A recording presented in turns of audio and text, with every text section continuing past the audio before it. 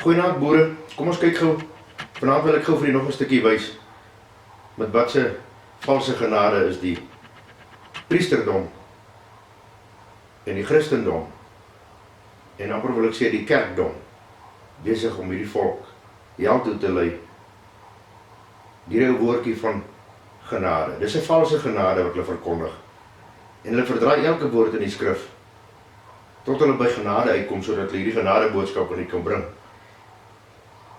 En sodat hulle u kan die illusie by u kan skep dat u geen verpligting en geen gehoorsaamheid meer hoef te hê teenoor die Almagtige nie. Ek wil graag oor die stukkie lees en dit gaan oor die veral die stukkie wat hulle so graag gebruik oor die owerspelige vrou in Johannes 8 waar hulle Jesus Vader se wet eenvoudig ondermyn het en 'n gruwel wat met die dood strafbaar is vergewe het en hierdie vrou vrygespreek het en haar laat gaan het deur sy genade. Nou ek wil nou vandag vir u wys dat dit die grootste leuen is wat die kerk, die priesterdom en die Christendom ooit verkondig het. En ongelukkig het hierdie spesifieke stukkie baie mense mislei omdat hulle emosies, hulle kennis wat hulle veronderstel was om te gehad het, totaal oordonder het en dat hierdie mense net op emosie reageer en op die genadeboodskapie van die Jesus Christus van die Katolieke Kerk.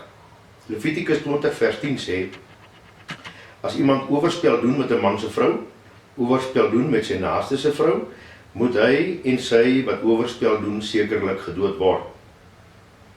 Nou, jy sal agterkom, hierdie selfde wet wat ek nou vir u gelees het in Levitikus, is ook dieselfde wet wat in ons landwet opgeteken gestaan het. 'n paar jaar gelede, voor die Satan ons regering oorgevat het. As ek by iemand by my vrou gevang het, of uitgevind het, my vrou het by 'n man geslaap, of andersom, dan het ek hom eenvoudig hof toe gevat, en ek het my getuienisse by mekaar gemaak, en ek het hom voor die hof gedaag, en ek het vir hom gery tot in die hel, ek het vir hom totaal uitgetrek, want dan het hy my huwelik opgebreek.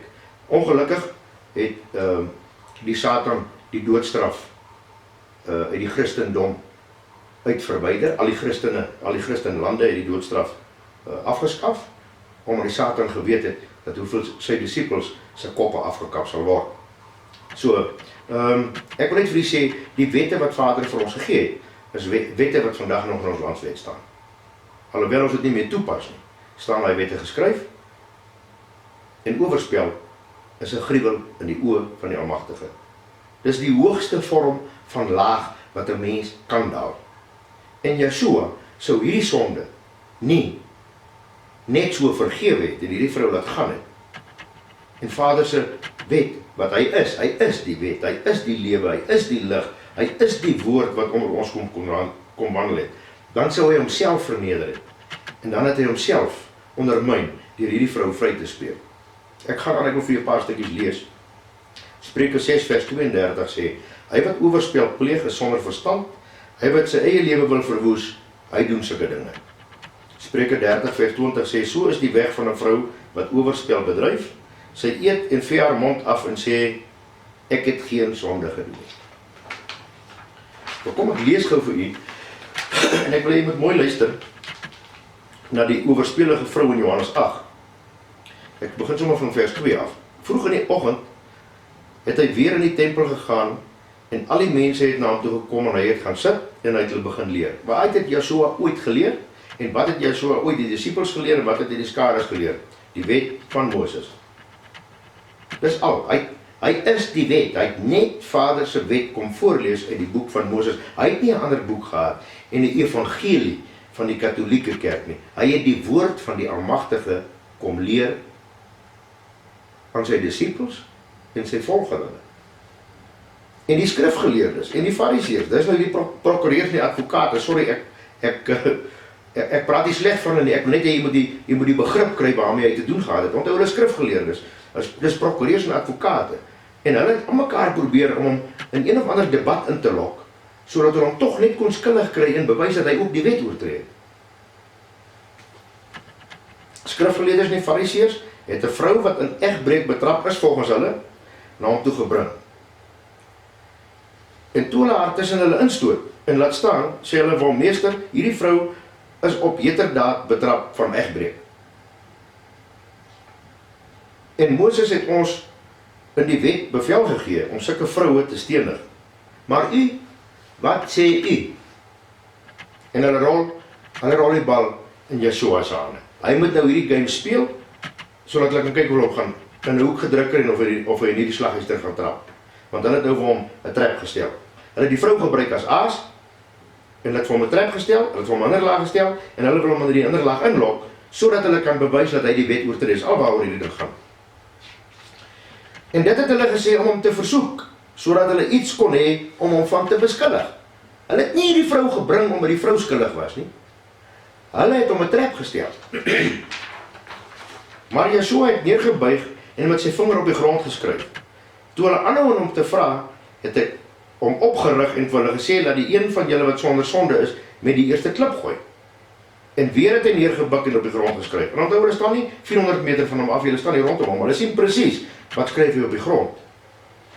Toe hulle dit hoor, het hulle deur hulle gewete bestraf, een vir een weggegaan van die oudstes tot die laaste. So die oudstes het besef, hier's moeilikheid. Yeshua het ons gevang, en hy gaan vir ons nou in die trap inlei, ons beter ons klippe neergooi en sleep, of ons is die wat gestenig gaan word. Die jonges het nie geweet waaroor het gaan nie, want hulle het nie die wet geken nie. Maar toe die ou mense hulle klippe begin neergooi en sleep, toe sleep die jonges ook, en los hy vrou net daar. Toe Yeshua hom oprig en niemand sien nie, behalwe die vrou, sê vir haar vrou, waar is daai beskuldiges nou? Het niemand jou veroordeel nie? Sê sy niemand nie. En Yeshua sê vir haar, ek veroordeel jou ook nie, gaan heen en sondig nie meer nie. Hy het nie vir haar gesê, ek het jou oorspel vergewe nie. Gaan heen en pleeg nie meer oorspel nie. Hy het vir haar gesê, ek het jou sonde vergewe, want sy was deel van die trap. Sy was die lokaas waarmee hulle Yeshua in die lokval ingelei het. En hy het dit besef. Hy is die grootheid, hy is die Yeshua, hy is die alles. Hy het hulle verstand gelees, hy het hulle gedagtes gelees. En hy het die vrou se gedagtes gelees. Nou ja, toe sê hy, ek veroordeel jou nie, en sy, gaan heen en sondig nie meer nie. En Yeshua het weer met hulle gespreek, en gesê, ek is die lig van die wêreld, wie my volg, sal sekerlik nie in die duister verwandel nie, maar die lig van die lewe hê. Wat is die lig? Vader se wet is die lig. Hy is die lamp vir ons voet, op die pad na die Almagtige se koninkryk toe.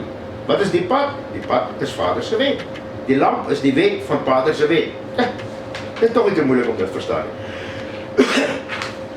Toe sê die Fariseërs vir hom, u getuig van uself, u getuies is die waarheid. Yeshua antwoord en sê vir hulle, al getuig ek ook van myself, my getuienis is waar, omdat ek weet van waar ek gekom het en waarheen ek gaan. Maar julle weet nie van waar ek gekom het nie, en julle weet ook nie waarheen ek gaan nie. Julle oordeel volgens die vlees, ek oordeel niemand nie. En al oordeel ek, my oordeel is waar, omdat ek nie alleen is nie, maar ek en die Vader wat my gestuur het. En jy moet mooi luister, hier is twee getuies waarvan ons nou praat. En dit is ook in julle wet geskrywe, dat die getuies van twee mense waar is.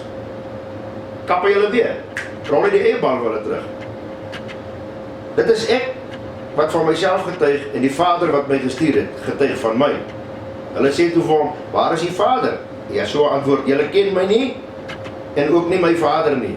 En as julle my geken het, dan sou julle my Vader geken het. Jy sien, daar moet spesifieke reëls gevorm word, soos wat ek nou vir die Levitikus gelees het. Die fout wat hulle hier gemaak, en die fout wat die Christene nie verstaan nie, en wat die dominee ook nooit vir jou gaan vertel, is, daar's 'n hofverrigting wat moet plaasvind. Jy kan net iemand voor die koning daag, voor die regter of voor 'n priester. Met twee getuies ten minste, sê Yeshua. Hy en die Vader is die getuies, wat ons eendag sal oordeel en ons aankla volgens sy wet. Hulle het geen getuies gebring na Yeshua toe nie, nommer 1. Nommer 2, hy is nie die koning nie. Op daai stadium nog nie. Hy is nie 'n regter nie. Op daai stadium nog nie. Hy is nie die hoëpriester nie. Op daai stadium nog nie. Met ander woorde, hulle daag 'n beskuldigde voor die Almagtige of voor Yeshua. Hierdie beskuldigde bring hulle daaraan sonder 'n regter, een van 3, hulle bring die beskuldigde daaraan, sonder 2 getuies, en die wet sê, die man en die vrou moet gestenig word. Hulle bring nie die vrou. Nou, as ons teruggaan, dan sien ons hulle sê, ons het haar op heterdaad betrap. Dan moet daar ons getuies wees. En as daar getuies is wat hulle op heterdaad betrap het, dan beteken dat daar was 2 persone wat in hierdie daad betrokke was, die man en die vrou. Want die vrou kan nie oorspel pleeg met haarself nie. Dit moet met 'n man wees. So die man en die vrou moet voor die priester, die koning of die regter gedaag word. Dat het nie gebeur nie. So die prosedure is nie gevolg. Nommer 1 sê die skrif dat die getuies wat dit gesien het, moet kom getuig. En die getuies, as die getuies waar is, en hierdie persoon skuldig bevind word, is die getuie die een wat die eerste klip kan gooi. Nou die oudstes het hier geweet, hier is moeilikheid. Want as hulle valse getuies teen hierdie vrou bring, en hulle word uitgevolg, dan word hulle gesteel. Dis hoekom in daai tyd, toe Joshua daar skryf, Levitikus, die prosedures en die getuienisse wat gestenig kan word as jy valse getuienis teen jou naaste lewer. Toe besef hulle, hy het ons gevang, ons gaan hom nie vang nie. Toe gooi hulle klippe neer in hulle pad toon uit. En die jongens doen presies dieselfde. En toe jy so opkyk, toe staan nie die vrou daar. Die res het gehardloop, want hulle het geweet wat kom. Alhoewel hulle nog nie voor die regter gedaag is nie, en ook nie voor die priester nie, ook nie voor die profeet nie, maar Joshua kom. Hulle daai tyd na 'n hoë priester toe vat, om hulle te verhoor. Want daar het honderde getuies saam met hulle gestaan. En hulle het besef, hulle gaan gestenig word, want hulle het valse getuienisse teen hierdie vrou gebring, om Joshua te versoek. Dit het niks met genade te doen nie. Dit het met hofprosedures te doen. Dis hoekom Joshua hulle laat gaan het. En hy het hier nie die vrou vrygespreek van haar sonde. Inteendeel, hy het vir haar gesê, gaan het sondig nie meer nie. Want jy was deel van die trek. Maar omdat die prosedure nie gevolg is nie, en daar nie getuies was nie, sou selfs die regter en die koning en die priester hierdie vrou nie kon skuldig bevind nie, want alles was presies 100% teen wat die hofprosedures moes gewees het. Kyk maar vandag in ons lewe. As hulle jou seun vanaand vang, by die buurman se dogter, waar die buurman se dogter verkrag, en het word môreoggend bekend, kyk maar vir Facebook verhaal, sê ek nou vir u, staan die hele Suid-Afrika agter die buurman se dogter, en die hele Suid-Afrika sal môreoggend jou seun wil stenig, sonder dat hy verhoor is, sonder dat daar getuies is, en sonder dat hy eers voor 'n hof gedaag is. Hier is presies dieselfde geval. Jy kan iemand beskuldig soos jy wil. As jou getuies nie reg is en jy kom in die hof, sal die regter hierdie persoon vryspreek van verkrachting as gevolg van die feit dat die prosedures nie gevolg is nie en daar nie genoeg getuies is nie. En hier is presies dieselfde geval. Niks het verander in 6000 jaar nie. Dit werk vandag presies dieselfde. Die kerk het op die Christendom, en ek sien vir al die vroumense wat my op Facebook verskriklik aanval, van net sy genade, genade, genade, genade. Hierdie valse genade lei die boervolk hel toe. Hierdie leuen wat die kerk gebruik, wat hulle gaan omdraai, en presies die teenoorgestelde verkondig het, om ons volk mee te mislei, met die valse genade, reguit hel toe, in plaas van om die volk te verduidelik wat het hier gebeur, en dat Joshua, wat die wet is, nooit homself sal ondermyn en verneder nie, en dat Joshua nooit sy vader se wet sou ondermyn of verneder het nie, om 'n besluit te maak, sonder dat die prosedures gevolg is nie. Levitikus 24:14 sê, bring die vloeker buitekant die laar uit, en almal wat dit gehoor het, moet hulle hande op sy hoof lê, en dan moet die hele vergadering hom stenig. Is dit nie presies wat gebeur het nie? Geen getuies. Daar moet 2 wees. Maar onthou, as jy 'n valse getuie in jou naaste bring, is dit strafbaar met die dood. Jy sou gestenig word. Kyk bietjie vandag hoe lyk dit in ons land. Hoe kan ons in die hof gaan lieg en ons kom niks oor nie? Romeine 13:13. Ek gaan gou so 'n bietjie Paulus se goede wat die kerk en die Christene graag gebruik. Ons moet welvoeglik lewe soos dit in die daglig hoort. Daar moet geen drinkery, uitspattigheid, geen ontug, geen onsedelik, geen rusie, geen jaloesie wees. 2 Korintiërs 12 vers 21. Ek is bang dat wanneer ek weer kom, my Almagtige my by julle in verleentheid sal bring, en dat ek sal moet treur oor baie van julle wat geruime tyd alle sondige lewe lei, en wat oor hulle onreinheid, ontuig en losbandigheid nie tot die berouvolle inkeer gekom het nie. Efesiërs 5 vers 3. Soos dit gelowiges betaam, moet daar van ontuig, onsedelikheid in enige vorm of gierigheid onder julle selfs geen sprake wees. Jy moet dit nie eens noem nie. Efesiërs 5 vers 5. Dit moet julle goed besef, iemand wat ontuig pleeg, onsedelik lewe of 'n gierigheid.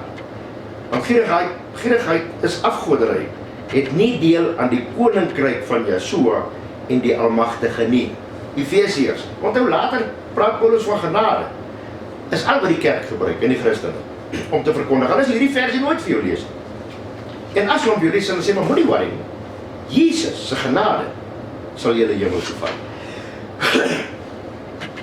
Jy sien, Vader het vir ons 'n stel wette gegee in die ou verbond. Daar 613 wat Rambam, die Joodse rabbi, saamgestel het en 'n lys gemaak het van 613 wette bitter baie duisende jare terug. Ek nou vir elkeen van die vandag 'n Bybel gee en sê, skryf vir my, maak my 'n lysie van die 613 wette wat jy in die Bybel kry, en vir Piet en vir Jan kan ek die waarborg, kom elkeen môreoggend met sy eie lysie hier. Vader se wette is nooit vernietig nie. Vader se wette is nooit gekruisig nie. Alhoewel daar van Vader se wette is, wat vandag nie meer van ons op toepassing is nie, omdat ons dit in hierdie omstandigheid waar ons vandag verkeer, nie kan toepas nie. Sekere wette of voorskrifte of insettinge is priesterlike wette en priesterlike ampte. Nie een van ons is 'n priester nie, daar is nie meer 'n hoëpriester in die wêreld nie, want die tempel bestaan nie, die tabernakel bestaan nie, en daar word nie meer 'n offer op die tabernakel gedoen nie. Daai wette is nie vernietig nie. Dit het net op hierdie stadium nie van toepassing. Maar al die ander sedelike wette, en wette oor troubreek en diefstal en eer jou vader en jou moeder en jy moet die Here jou God lief hê met alles, staan nog net so, is net so oorgedra na die hernieuwde verbond toe, en Yeshua sê dit elke keer. As jy die ewige lewe wil ingaan, onderhou my gebooie. Vader se gebooie van die ou verbond is net so oorgedra na die nuwe verbond toe, hulle staan nog net so. En is oor daai selfde gebooie wat Yeshua gekruisig. Geen ander rede nie. Hulle het valse getuies teen hom gebring en sê, ons hoor, hierdie man preek teen Moses se wet. Daarop hulle hom kan ons daar skuldig bevind, alhoewel hy dit nooit gedoen het nie. Hy het geen wet oortree nie en hy het nooit een keer teen die wet gepraat nie. Hierdie stukkie het die kerk gebruik om ons met 'n valse genade hierdie boervolk hel toe te sleep.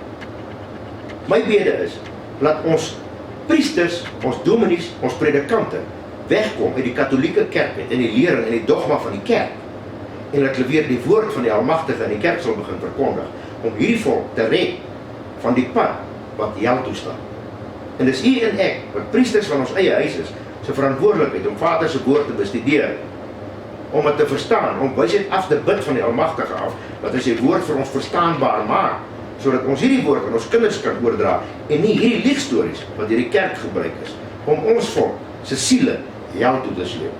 Dis my gebede vanaand. En ek hoop, elkeen van u, maak die skrif oop, en die begin, heel in die begin, weer by Vader, se weer, sy wette en sy insettinge. En die leer die huis daarvolgens. Dan sal het weer beter gaan met hierdie boervolk. Shalom.